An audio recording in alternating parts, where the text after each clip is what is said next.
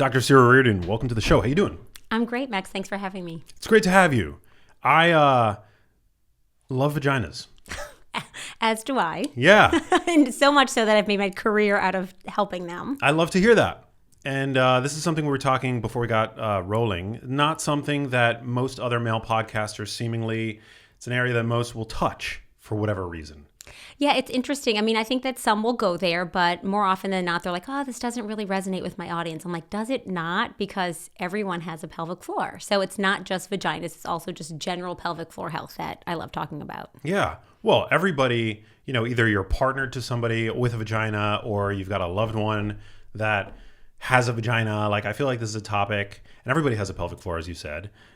The more information, the more awareness that we could have around pelvic floor dysfunction, I think the better. So thank you for your time. Thanks for coming out.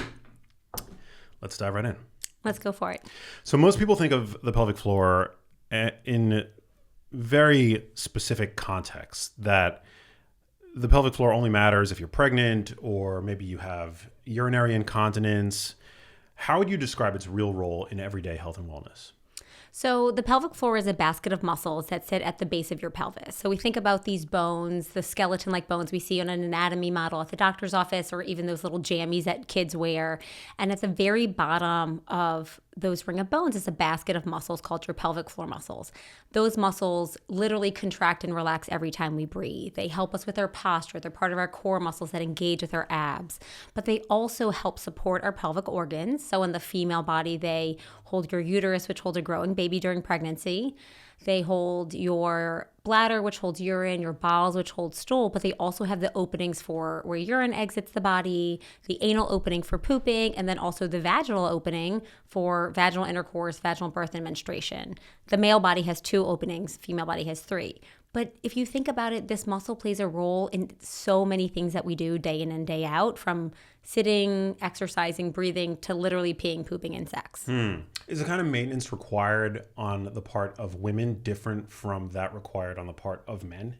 I think there's a baseline that everyone kind of needs to have, because I see a lot of parents with kids who have pelvic floor issues like constipation or chronic bedwetting or pain with tampon insertion, pain with periods. So there is a baseline education and maintenance I think we all need. However, females are much more susceptible to pelvic floor dysfunction because we do get pregnant, we go through childbirth, we hit menopause, and we have monthly menstrual cycles that our pelvic health changes or as our hormones fluctuate. Can you walk us through what healthy versus dysfunctional pelvic floor, a healthy versus dysfunctional pelvic floor feels like? Sometimes I think it's a little bit easier to talk about like what is pelvic floor dysfunction, because the normal is we can pee and poop and move and breathe without any pain or leakage. But dysfunction is when we can't hold in our bladder well, or we're peeing too frequently, when we're straining with bowel movements, or have hemorrhoids, or skid marks in our underwear, when we have pain, so tailbone pain, pain with sex, deep hip pain, pelvic organ prolapse. So a lot of these things are common, and I would say, 1 in 2 women leaks urine over the age of 65. 1 in 4 women has pain with sex at some point in their lifetime. So it's really common, but I think we've just accepted it as normal because we have vaginas, which is not the case. Yeah. What aspects of modern life, if this is in fact the case, like what aspects of modern life would you say have contributed to this widespread dysfunction? I think we bring it back down to the baseline. When I think about why am I, as a 42-year-old woman, one of the very few humans who actually knows about this part of our body, who knows it exists, and who knows how to treat it. And it goes way back to the beginning of time for women. I think when we start getting menstrual cycles, we're not even really educated on what is a period. How do you insert a tampon? Should periods be painful? The answer is no. Or when you have sex. I mean, people don't even know that like pee and comes out of a different hole than your vagina, right? Like there's just basic education that we're not getting. Do some people not know that still? Oh, yeah. Some people think that you put a tampon in your urethra. Really? Most of those people have penises, but I would say that. That checks out. But so education's a big one. I think also previous generations have leaned to a medical system that have treated things with surgery. They've treated things with medication. They've just kind of said, deal with it and we'll tackle it when you're older, or it's just normal part of aging or childbirth. So there's a little bit of just acceptance, and there's also a little bit of let's just fix the problems versus getting to the root of what the problem is or giving you proactive tools to help it.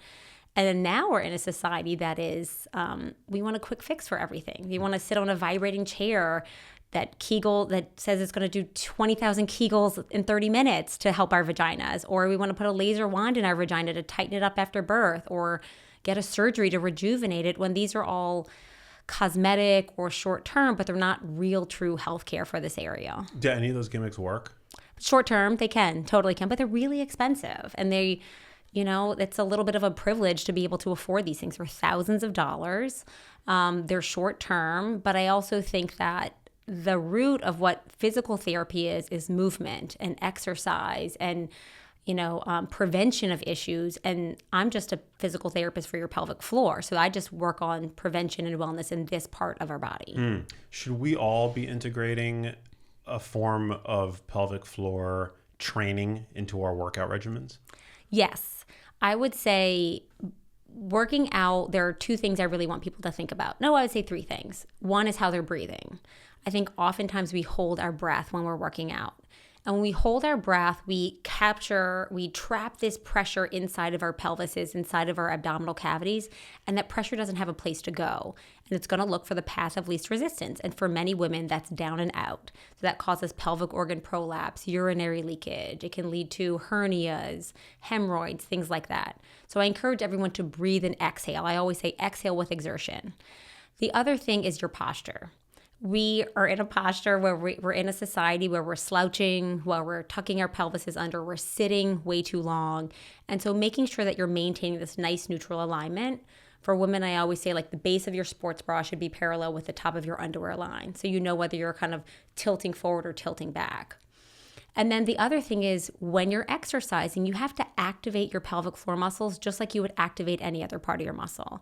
Like when we say pull in our core, your pelvic floor is part of your core. So you need to be engaging that muscle when you're lifting weights, when you are squatting, when you're, lunging. All of those things, integrate that in so you're getting the benefit of pelvic floor training while you're doing your regular workouts. How do you know if you're activating those muscles? There's a couple ways. You can, and I tell you only do this one time. When you're peeing, I want you to try to stop your stream. And that's a pelvic floor contraction. So it's holding back urine. Don't Kegel or do a pelvic floor contraction any other time when you're peeing. You're supposed to relax when you're peeing, but you can try stopping your stream. It's also the feeling of like you're holding in gas, like say you're in an elevator and you want to tighten up your butthole so you don't pass gas. That's a pelvic floor contraction. Or you can assess yourself. You can take a mirror and see if you can kind of pull your vagina or your perineum up and in. You can insert your finger in the vagina and see if you can pull up and in. So there's ways to self-assess. I even cover this in the book because not everyone will see a pelvic floor therapist, but you want to kind of feel like you know that you're doing it properly. You know those grip strength devices, dynamometers? Do they have like an anal dynamometer? They do. They have these devices. They're called biofeedback devices, and you can put them in your vagina or in your anus. And when you contract around them, it sends a Bluetooth signal to your phone to let you know that you're doing a contraction properly and that you're relaxing properly. Because you can't just contract. You also want to relax and lengthen the muscle fully after. So yes. Wow. Are those available on Amazon or what? Yeah, Amazon, the internet, all the places. But the trick is that you kind of have to have a setup to do it, right? Get your lube out, insert the device, hook it up. These exercises are so simple that you're not going to want to do that when you go to the gym. So you can use it to learn how to do the contraction properly. But the goal is to integrate it into your lifestyle when you are lifting weights, when you're moving furniture, when you're lifting groceries, when you're pushing something. Get used to activating that muscle so that you can use it. And even before a cough or sneeze, I think this is one of the biggest hacks I tell women. I'm like, squeeze before you sneeze, like contract your pelvic floor if you leak, or Kegel before you cough, contract your pelvic floor before you cough. Use the muscle when you need it. You know, the point you made about breathing during exercise is such a good one. I'm currently in physical therapy. I had back surgery recently, and my physical therapist told me that breathing during strenuous exercise is really important because by holding your breath, contrary to popular belief, like I always thought that maintaining intra-abdominal, I forget the term, but it's pressure, intra-abdominal pressure. Yeah, like you're actually protecting your spine or whatever. But they said that by by doing that, you can actually cause the blowout of a disc. Correct. I didn't know that. That's super interesting. It's so true, because if you hold, like, the pressure's looking somewhere to go somewhere. So in your case, it's going to go towards the disc in your back. For some men, it goes towards a hernia, right? Men are really commonly get hernias with lifting weights because it goes through a little tear in the abdominal wall. For women, it unfortunately goes towards their pelvic floors, and then they get prolapse or leakage. So it's, yes, that's exactly right. And it's these basic things that we know. But if you're going to the gym, working out multiple times a week and holding your breath, that could lead to dysfunction or pain over time. What is prolapse?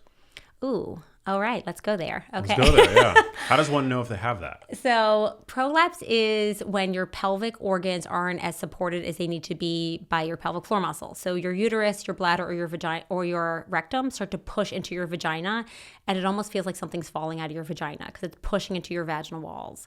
So often we hear women who feel like they have a bulge at their vaginal opening, that something feels like it's falling out, that they can't empty their bladder well, or they feel like they can't poop and empty completely. And it's because the vaginal walls get weak and the organs push in. Most women after giving birth have some level of pelvic organ prolapse. If you were to walk into a gynecologist's office and you're over the age of 50, you probably have some degree, but it gets really severe when your organs start to literally push out of your vaginal canal and out of your vagina, and then you don't want to have sex, you don't want to exercise, you are in pain. A lot of women who have pelvic organ prolapse have back pain. So it's a really uncomfortable situation, yet it's really common, and it's a weakness issue, and it's a pressure management issue. Wow. Can that be reversed with exercise, or does it require a surgical fix? It depends on the level. So it can absolutely be reversed with exercise. There are studies that show you can improve the symptoms and the level of prolapse by 1 whole degree. So we measure it by kind of degree. So if you're at like a grade 2, you can get to a grade 1, which is above the vaginal opening. If you have prolapse past the vaginal opening, you're a surgical candidate, but you need to have therapy before and after. Unfortunately, we're not treating the pelvic floor like we treat other parts of the body. When you have a knee surgery or an ACL repair, you get physical therapy before, literally in the hospital day 1 after surgery, and then you get PT for 12 weeks when you go home. When you have a prolapse repair, you get a prolapse repair, and then you're sent home. Can men get prolapse? They can get rectal prolapse when the anal opening starts to prolapse the rectum. And it's actually really common with heavy weightlifters and strainers, people with constipation and straining. Wow. Yeah. Damn. I know. Breathe, people, breathe. Super important stuff here. I know. What about, are hemorrhoids related to? Totally, yeah. Hemorrhoids, that's a great question. Hemorrhoids are prolapsed veins. So they are veins that come pretty much out of your butthole. There's an inferior rectal vein that's above the anal opening or below the anal opening. So they can feel like you are itching after bowel movements. You can be bleeding if you have bright red blood, if you feel like something's like protruding out of the anal opening. But prolapse is a pressure issue. Again, there's that pressure's looking for a place to go, so it's going to go to weak veins.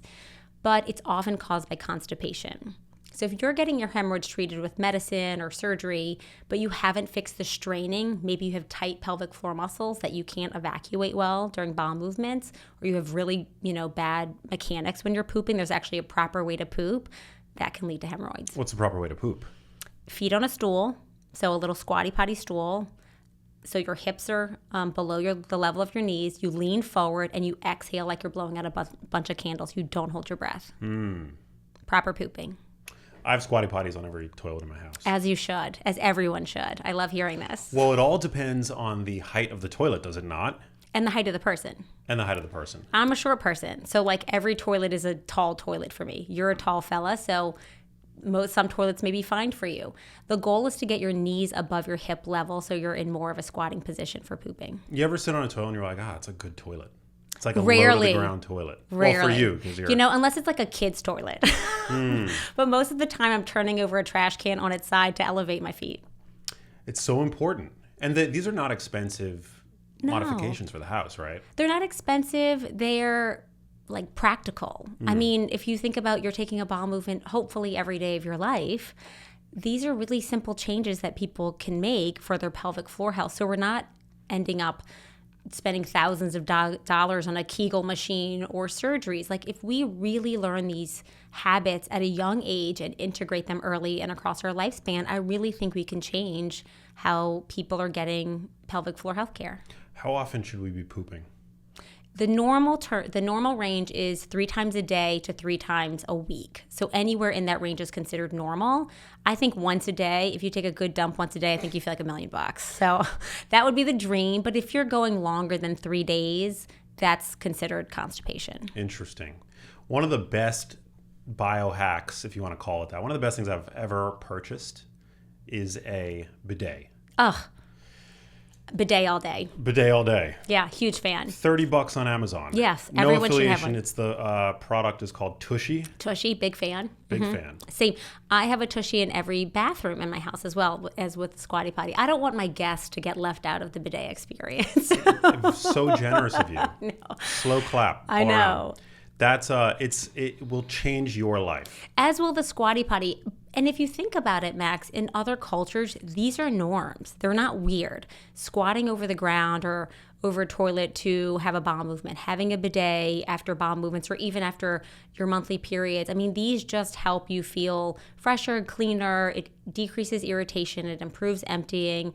They're normal in other cultures, but in the U.S., it's not part of our culture, so it's almost weird or taboo. How many times a day should people be practicing these Kegel exercises?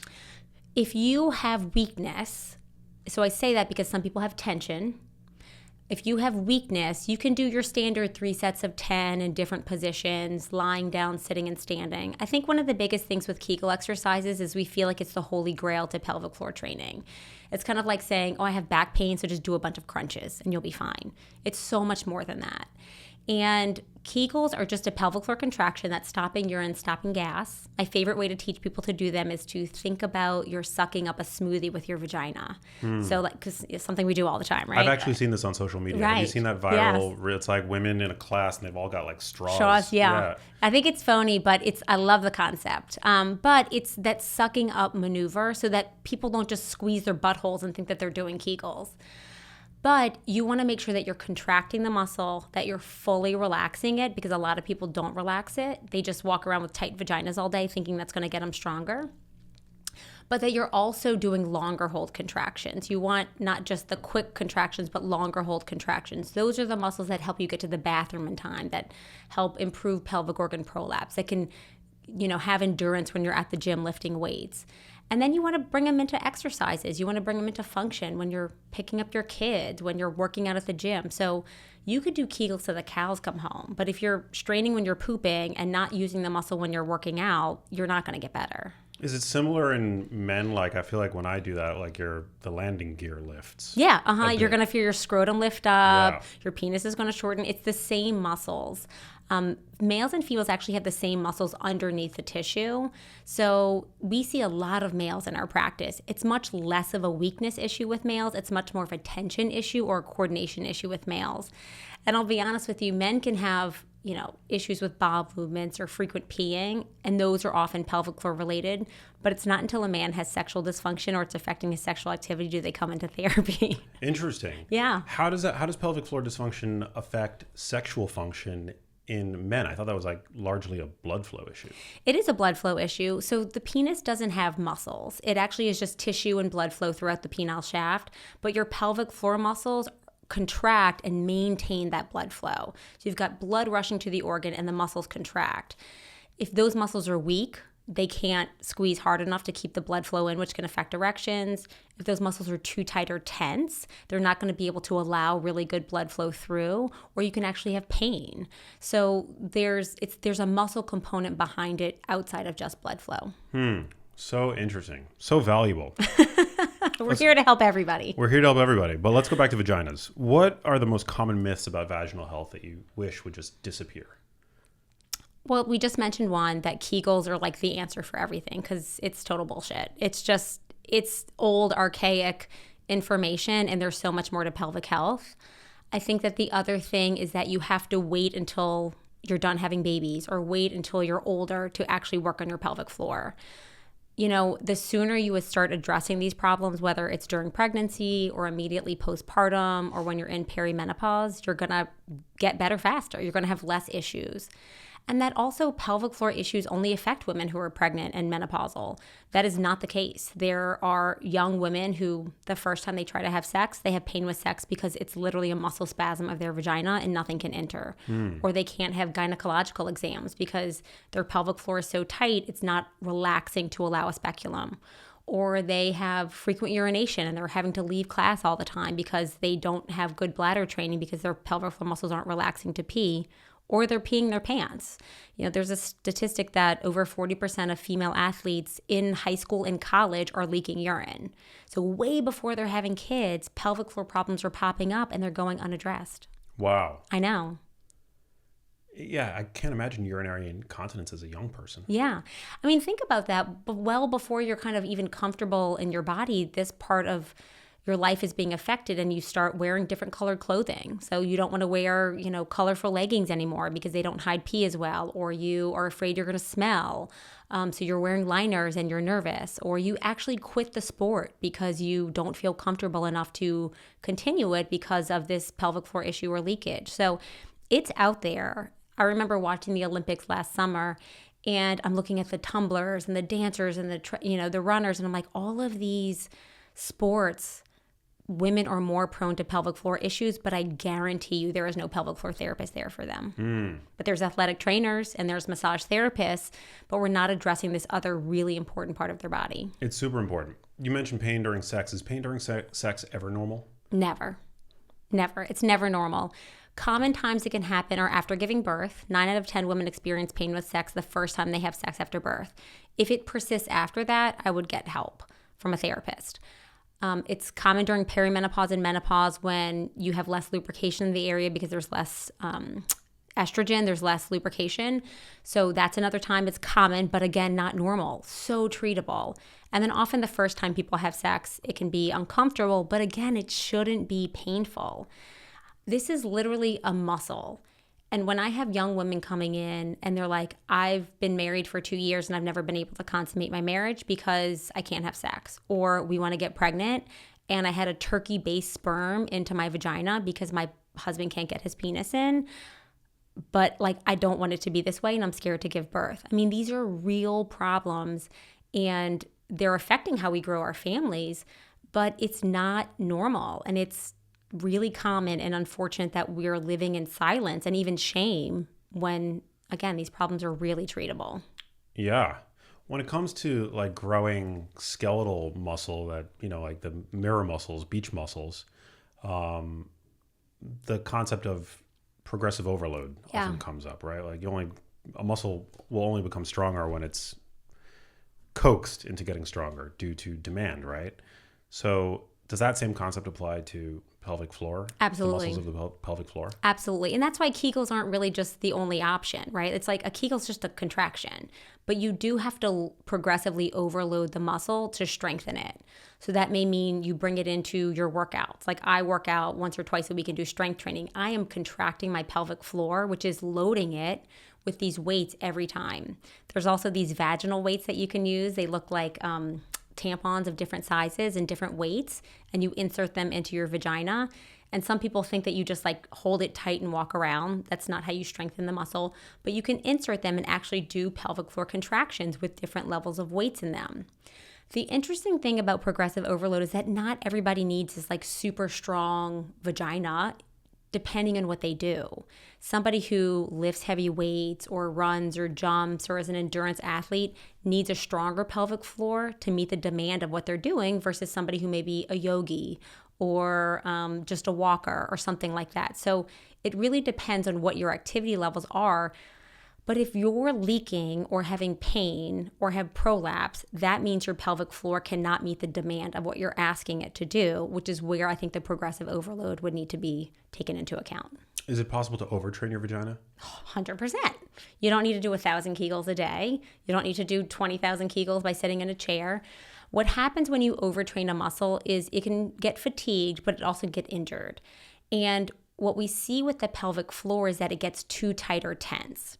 So often people who go to Pilates or bar, or even just kind of workout people, we're taught to like pull our pelvic floor in, tuck in your core, suck in your belly button.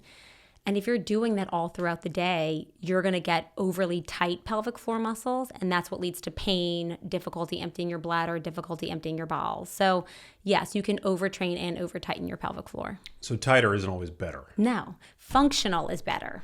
We want it to contract, but we also want it to relax completely. We want function.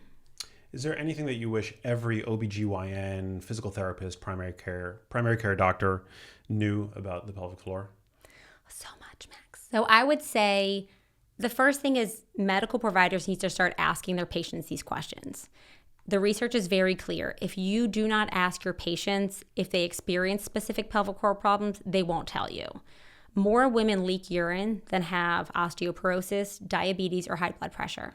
Yet they're not getting treated because we're not even asking the questions if they experience it. The second thing is we need to know what to do with them. You can't just give them a brochure to do Kegels. You need to refer them to therapy, an online program, give them real resources instead of a brochure to actually facilitate healing and help. And then the last thing is that physical therapy is one piece of the puzzle for healing in this area. I really am such a huge fan of collaborating with nutritionists and dietitians and acupuncturists and therapists because there's such a mind-body connection. And also just what, if you can't poop, it could be because you're eating like crap, right? Or if you, have had a history of trauma, you might not be able to just relax your pelvic floor. So there's a lot of components that go into how this part of our body works, but physical therapy definitely needs to be a piece of the puzzle. Yeah, the psychological aspect. Huge. And the nutritional, there's so many, it's so multifaceted. It is, and I think that's, when I really think about the direction we're going, and I'm a huge fan of, I've got 2 kids, and what they eat is oftentimes crap. And so my husband and I are pretty, thoughtful about what we're feeding them, although they're just also eat regular kid stuff. But I'm thinking, but I also teach them how to have a bowel movement. I put a stool under their feet. I have a little straw in there to help them blow out. I'll give them magnesium citrate if they're constipated for a few days. We need to kind of be looking just beyond what we're putting in our bodies and how do we get it out of our bodies and how much are my kids moving and how much time are they on screens. And there's just such a bigger component to raising kids and also just health and wellness in our society than just nutrition and just exercise. It's how do we put all of these pieces together? And I think about, we're really working on trying to educate people on movement and strength training and exercise. But I'm like, a woman is not going to run if she's going to pee her pants. A woman's not going to go to the gym if something's falling out of her vagina, right? So there's this undercurrent of what really prevents some people from working out and having a healthy lifestyle. And sometimes it could be a pelvic floor dysfunction that's just not getting addressed or even talked about. But is peeing, is leaking ever just a part of aging, or is it always abnormal? It's always abnormal. It's really common. However, there's so many things we can do to prevent it. I think one of the ways, the time I see it hit women the most is when they give birth. And the birthing practices in our country are not optimal for pelvic floor health. And it's unfortunate because I know that we want to care for the mom and care for the baby, but the over-medicalization of how women are birthing is leading to more pelvic floor dysfunction and pain afterwards. And because we don't have any postpartum health care in this country, or maternity leave or paternity leave, we're going back to trying to live our daily lives and function, but our bodies are functioning at half capacity. At 6 weeks postpartum, your pelvic floor muscles have 50% of the strength and endurance they did pre-pregnancy. Wait, say that again?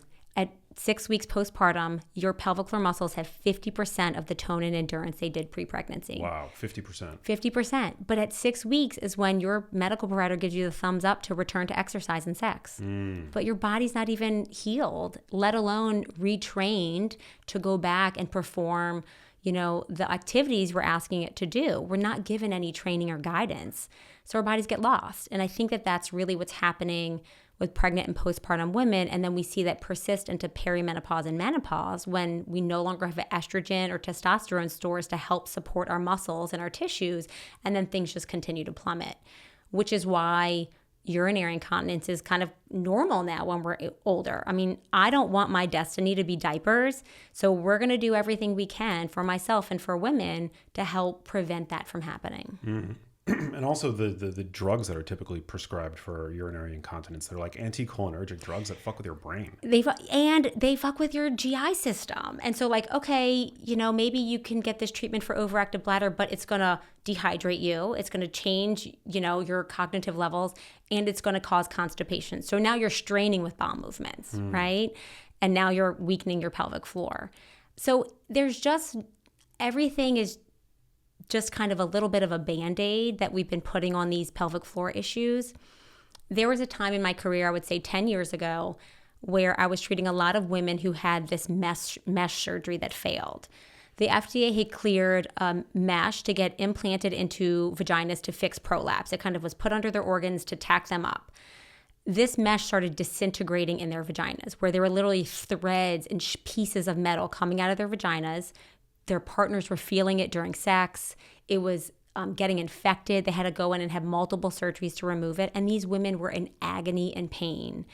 And I was like, I do not want my career to be doing damage control. We really could have helped prevent these issues for women. We could have had better childbirth practices, more prolapse care, so they did not even have to get to this point of this surgery. And now look at what's happened. And I just really shifted towards educating more on proactive pelvic floor health care, teaching you how to do simple things like pee and poop and give birth, which we're not educated on, that can really minimize the chance of these things happening, because it's a real tragedy when, something goes awry like this. It really affects someone's life.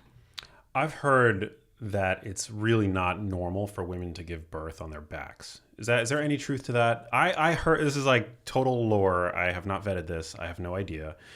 So don't come after me. But like that, historically there was somebody, it was like a king or something, who got off watching women give birth. It wouldn't surprise me, but right now in the United States, the majority of women, if they're having a vaginal birth, over 30% of births are via C-section.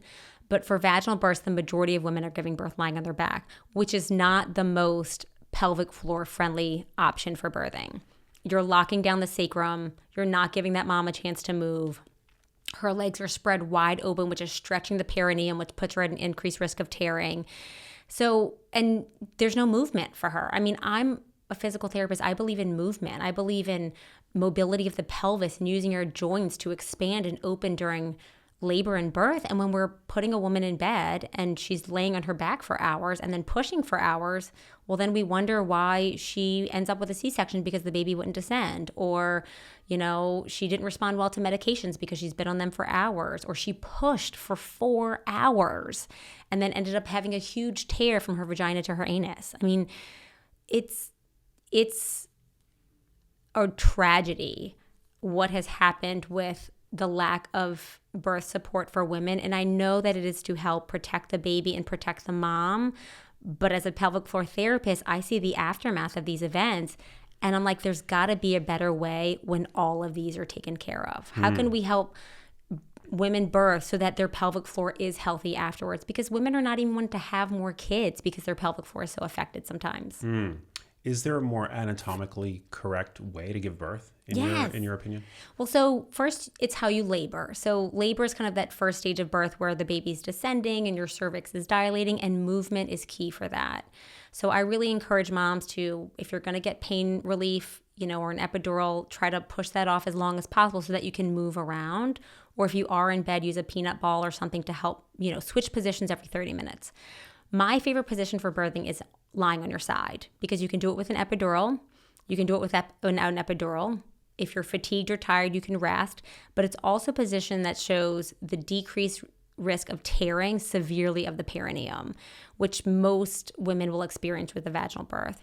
And it gives your pelvis room to move. Your sacrum can open up. You can move. And so to me, I'm like, why aren't more moms giving birth in side lying? It's so easy to do. Sideline? Yeah, like lying on your side with one leg up. Now, is that, if you were to ask your OBGYN, like in the hospital, to allow you to give birth in that way, would they laugh at you? Or probably. Like, oh, wow. Yeah. But unfortunately, many physical therapists like myself are teaching women how to do that. When a woman comes in to see me during pregnancy and we do what's called childbirth preparation, I teach them how to push. because otherwise nobody's trained them. And then they have anesthesia or they're lying on their backs and there's 8 people in the room staring at them under fluorescent lights, yelling at them to push, and they've never practiced it. So I teach them how to push, but I teach them how to push in different positions. So I say, let's practice lying on your back with your legs up. Now lie on your left side and pull one leg up. And we use a mirror and I literally show them this is what your body's doing. I get them into hands and knees or a squatting position. Let's practice there. Like we're trying to get women to run a marathon when they don't even know how to walk a mile yet. And so we need to train women how to give birth, but also give them options, because lying on their back may be a really comfortable position for a lot of women. It actually is. But other people, if you are pushing for 2 hours in one position and it's not working, I'm like, try a different position. I see people sometimes in water. Like, Yeah. what is that called? Is that a natural birth? Or a water birth. A water birth, yeah. So a natural birth is what we used to call it, a natural birth. Now it's called an unmedicated birth, which typically means you don't have an epidural anesthesia. A water birth, you can labor in water. So the labor experience of just the contractions can be in water, and you can birth in water, which is when the baby comes out in the water. Some hospitals will allow that, some may not. It really just varies. But yeah, you can absolutely have a water birth, which can be really relaxing for women. It can really help their muscles relax and be soothing for their contractions. So, but I think, Max, it's all about options. I don't think that there's one way for women to give birth, but unfortunately, we're asking every woman to give birth the same way. That's not cool. No, and it's not effective. Yeah, that makes a ton of sense. At what point should one seek the help of a physical therapist, such as yourself? I would say if you have an issue, so if you're already experiencing one of the issues we've talked about, like prolapse or leakage, or even after pregnancy, there's something called diastasis recti, which is, it looks like you're pregnant, but you're not pregnant anymore. Your abs are separating, constipation, painful sex. If you're experiencing any of those, see a pelvic floor therapist. However, there are certain times in your life where if you're not experiencing an issue, I would tell you to go see one anyway. And that's during pregnancy. I would start kind of towards the end of your first trimester. Go in, because we know your pelvic floor is going to change during pregnancy. I always say you get these text messages during pregnancy that show you the size of your baby. And it's like, your baby's the size of an avocado. Then it's the size of a papaya. Then it's the size of a watermelon. When you think about a hammock holding an avocado, it's not going to change that much. But if you think about a hammock holding a watermelon, it's going to get thinner and weaker and drop down more. And that's pretty much what your pelvic floor is doing during pregnancy. So regardless of what method you birth, vaginal or C-section, you should see a pelvic floor therapist. You should also see one after birth. 6 weeks after giving birth, I tell everybody to check in with one. If you're doing great, awesome. If not, then we've got some things to work on. And then if you're in perimenopause and menopause, I also say you should proactively see one, because we know that your hormones are changing and therefore your pelvic floor and your vagina are changing. And that's really where we want to be proactive in strengthening and lubrication and pulling in a provider if they want to use hormone replacement. But we want to be ahead of the issues during those times versus feel like we're trying to catch up later on. Do you have speaking of HRT, do you have a perspective on it? Most of what I knew about it came from the perspective that my mom had, and she was very scared of it because of the rumors around breast cancer and stuff like that. But almost every expert that I've had on the show seems to be in favor of it for the right person. Right. I think that that's what it is. It's really an individualized choice. I don't think that nobody should have it, and I don't think that everybody should have it. I also think we need to respect when women don't want to have it, because there is a fear there. If you have a history of breast cancer or a gynecological cancer, as much as somebody tells you it's going to be fine, it's going to be fine, if it doesn't feel fine to you, then don't do it. I am a fan of topical estrogen on the vulva and vagina. So it's very local. It's often a suppository or cream you can put on the area a couple times a week. I'm a huge fan of that. It can decrease your risk of urinary tract infections. It can increase tone in your pelvic floor. It can improve lubrication, improve sex. So I'm a huge fan of that. It's very local and it doesn't get into the bloodstream. With respect to some of the more systemic hormones, like using an estrogen patch or progesterone patch, testosterone, I know that this isn't popular with a lot of medical providers, but I am a big fan of using data to drive those decisions, like do blood testing. If you want to get on the hormones and come back and retest, are your symptoms better? I'm not a fan of doing nothing, but I'm also not a fan of putting rocket fuel in your body when it may just need a little bit of gas. So I'm pretty open to it, but again, I think it's still individualized. Yeah, I appreciate that perspective. What's the weirdest thing someone's told you that they've done for vaginal wellness? That's a great question. I've had some women who have labiaplasty, they've had their labia surgically removed. Wait, removed? Yeah. I mean, altered is something that I've heard, but like, why removed? They didn't like that. They thought it was too big. Oh. They felt like it was irritating in their underwear or when they exercise. They didn't like the look of it. It was asymmetrical.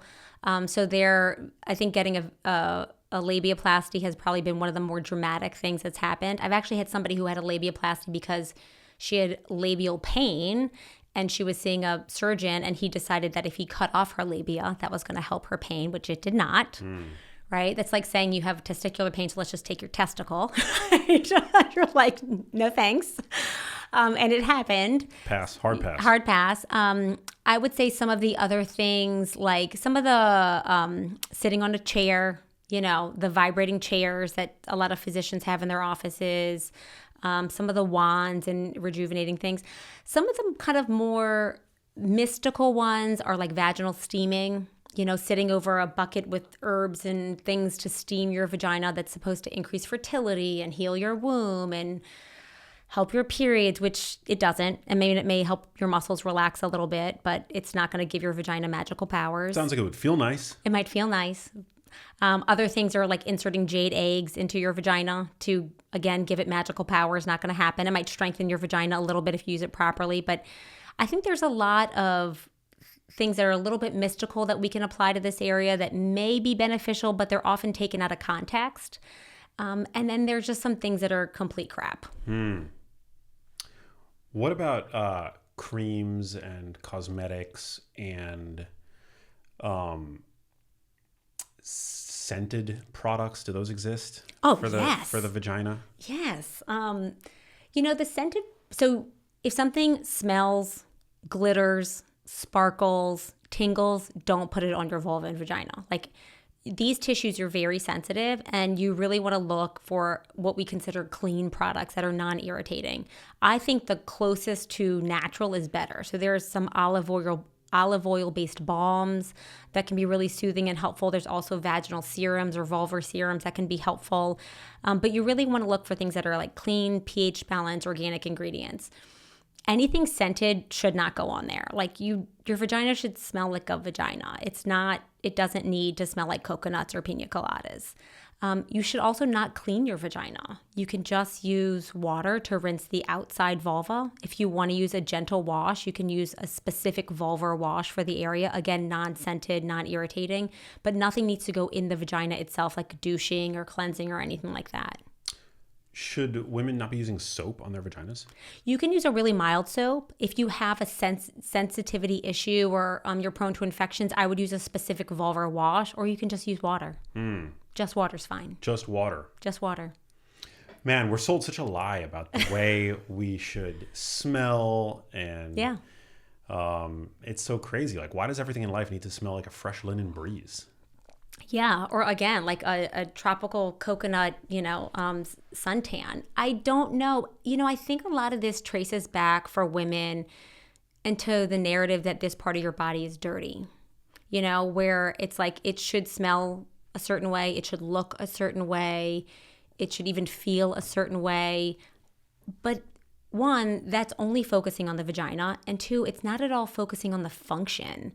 It's like we want to put chandeliers in a house that doesn't even have walls. Like, we really need to get to the basics of what is pelvic floor care before we start thinking about like what it smells like, or, how much hair we have down there, or anything like that. It's just, there's really just a movement right now, I think, in vulvar care and wellness, where I love the more attention that the vulva and vagina are getting. Like, the more the better. But I think we also want to think about the true health care of it and the pelvic floor care side of it, and not just like the vagina. Yeah, it's the goddamn patriarchy.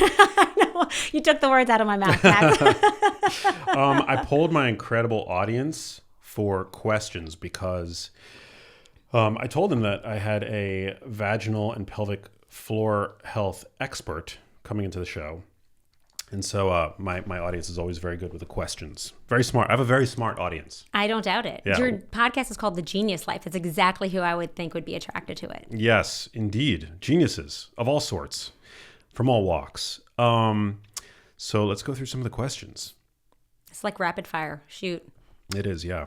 Well, Nutri Habita asked about the vaginal microbiome. We didn't really touch on the microbiome. Okay. Love the microbiome. So Yeah. inside of the vagina, there's a certain amount of bacteria that you have and certain types of bacteria that you have that help ward off infection. And if we change that microbiome, which can happen with things that we eat and drink, it can change with sex, but it often changes with products that we use. And so even if you have an infection and you take antibiotics, that can change the microbiome of the area. But if you're using a lot of these really harsh washes or scented washes, that's going to change the microbiome and actually increase your risk of infection. So I talk about this in the book as well because we have a gut microbiome. We talk about that a lot, but your vagina has a microbiome as well. And you want to really help maintain that pH balance, which is why it's important kind of what you use in the area and really minimizing the use of chemicals and scents and deodorants and things like that. What are the most microbiome safe lubricants to use? I prefer something water-based. So because water absorbs into the tissue and it doesn't linger like silicone or even oil, you could honestly use good old coconut oil, but I'm like, get a new jar, right? I do love a water-based lubricant that just dissolves into the tissues. And there are some that that are organic or aloe-based that are also I'm a big fan of. But ultimately, it's something that feels comfortable to you, but doesn't leave any irritation afterwards. I love that. Brandy Guillon asked about laser tightening, good or bad? I don't know what that is. What is laser tightening? So there's a couple different kinds, but there is a laser that you can insert into the vagina with a wand. There's a red light therapy now that's out, and there's also laser that you can do to help tighten the vaginal tissues. It can be short-term effective.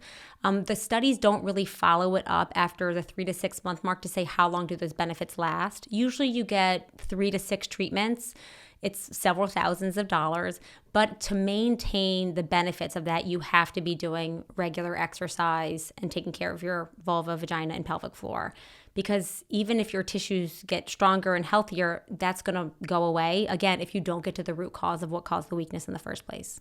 Yeah, I would think that artificially inducing tightness would be not a good thing. If you have weakness, then tightening the connective tissue and the collagen can be helpful. But again, this is like not everyone has weakness, right? A lot of people have tension and they probably need to address the tension before they get something to tighten their vaginas. But it is helpful for some women for incontinence or increased sexual satisfaction.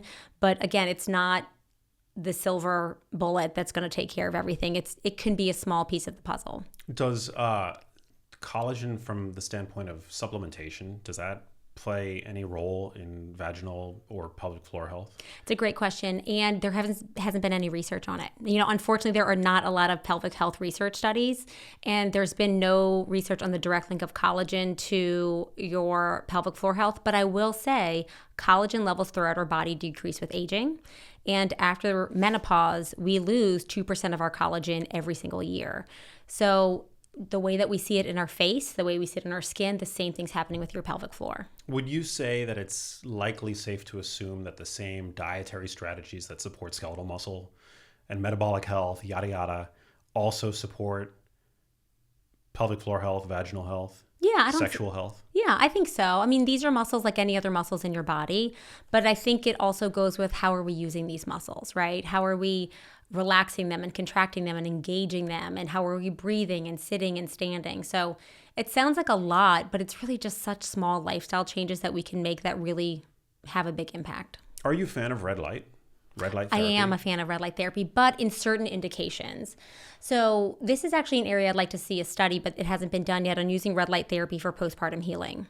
Because 93% of women get a vaginal or perineal tear during childbirth, but yet there's no follow-up care for them.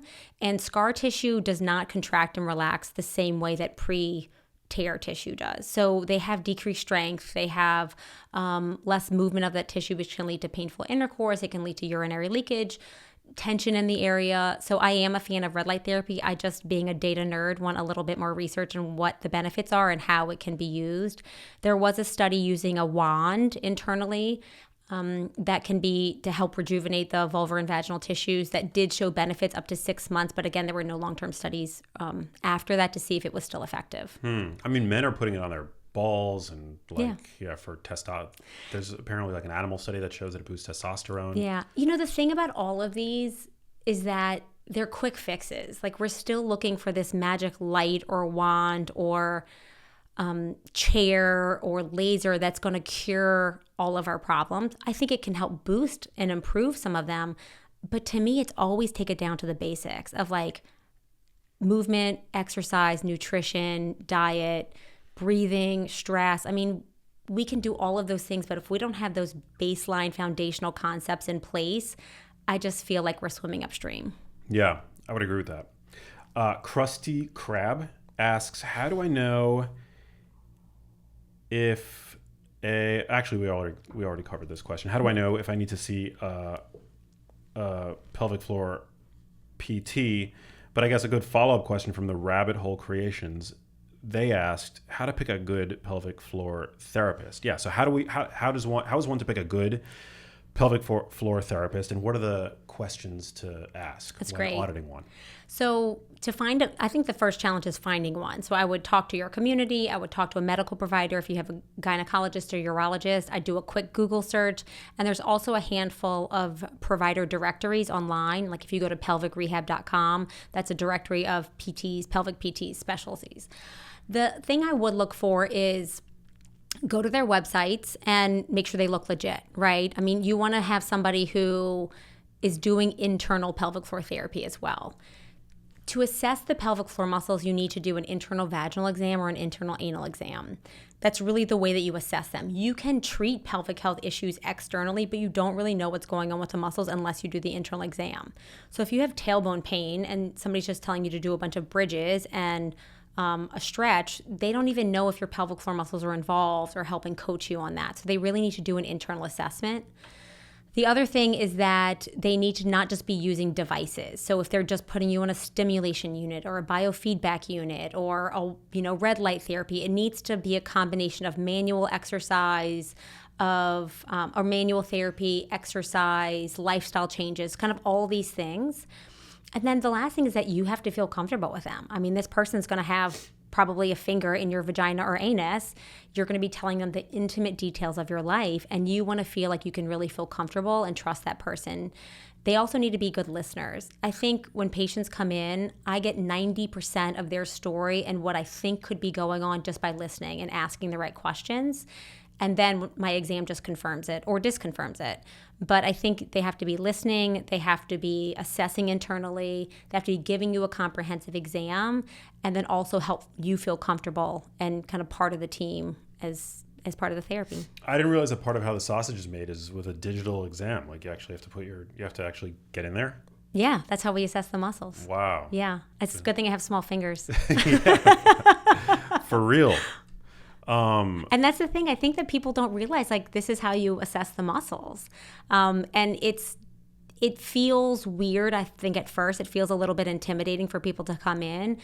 But to me, I mean, I've been in this practice for 18 years. I've worked with tens of thousands of vulvas and vaginas and pelvic floors, and it's like working with a foot. It's not a big deal at all. It's like you go to a gynecologist or you go to a urologist. It's just a part of the body. And I think if we can really help disarm people and educate them on it, they just start to realize, like, oh, this is just another body part and it deserves care as well. This is just how you care for it.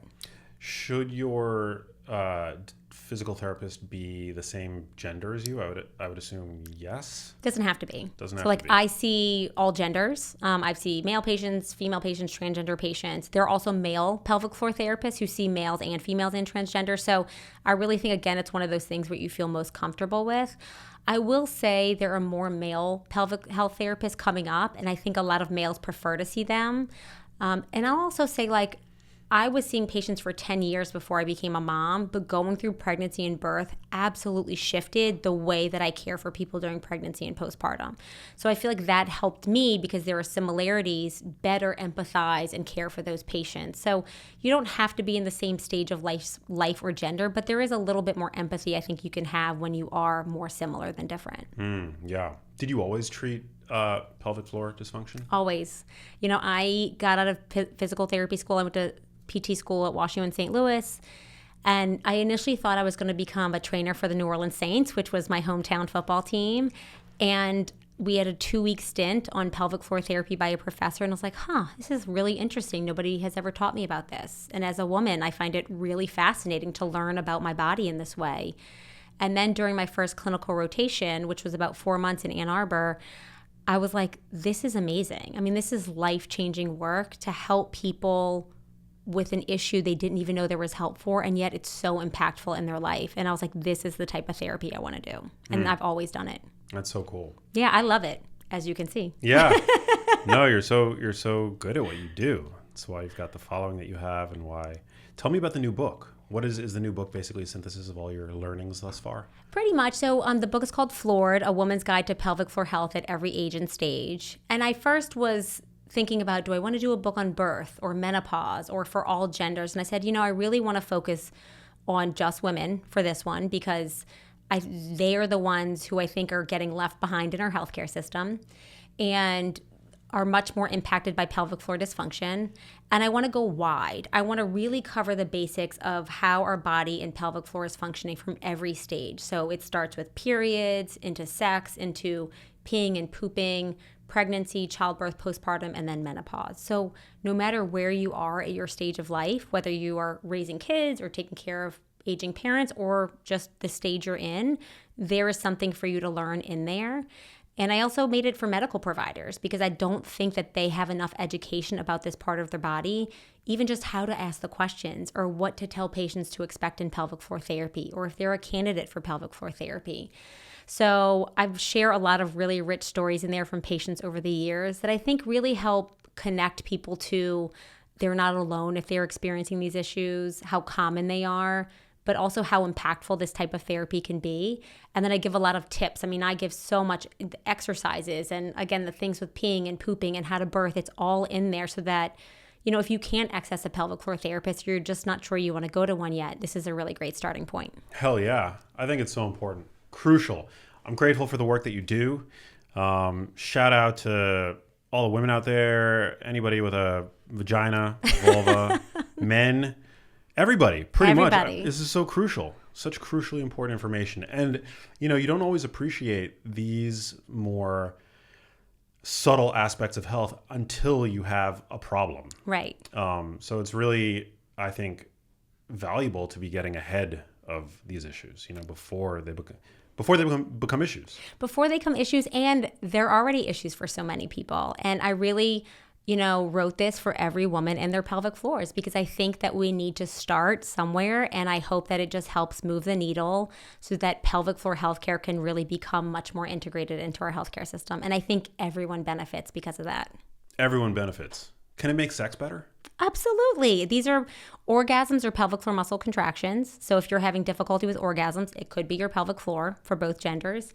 And then I also think that when you have more tone to your vagina, you've got more lubrication in the area, you have better sex, and your pelvic floor muscles play a role in that. Hell yeah. Well, here's to that. Well, thank you, Sara, for coming out. I've got one last question for you, but before we get to that, where can people pick up your book, and how can they connect with you on social media? So on social media, on Instagram, I am the Vagina Whisperer. On TikTok, I'm the Vag Whisperer, because TikTok does not like the word vagina. And my book is called Floored, A Woman's Guide to Pelvic Floor Health at Every Age and Stage. It's on my website at thevaginawhisperer.com, or you can find it at any local bookstore or big box retail store that you'd like to buy a book. Amazing. Love it. What does living a genius life mean to you? We talked about this before we got started. For me, the genius life is the vagenius life. So when I was thinking about how am I a genius? I'm like, I'm really just a vagina genius. So I will say that is the life that I live. It's been over 20 years. I've been passionate about this field. And I really just am so excited to see these conversations becoming more normalized and just on a bigger stage so that people can feel better educated about their bodies. Hell yeah. Love it. Thanks for coming out. Thanks, Max. Of course. Thank you guys for listening. Share this episode with friends and loved ones that may benefit from it, and I'll catch you on the next episode. Peace. Hey, if you like that video, you need to check out this one here, and I'll see you there.